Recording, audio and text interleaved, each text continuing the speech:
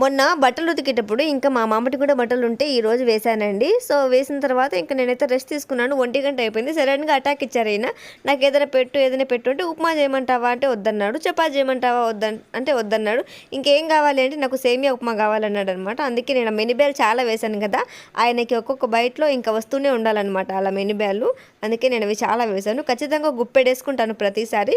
ఇంకా ఇంట్లో పచ్చిమిర్చి లేవండి, అందుకే నేనైతే కారం పొడి వేశాను. ఉప్పు కూడా పర్టికులర్గా మర్చిపోకుండా వేశానండి. ఉప్పుకు చాలా కథ ఉంది. ఇంతకుముందు కూడా చాలాసార్లు ఇలా చేసి ఉప్పు మర్చిపోయాను అనమాట.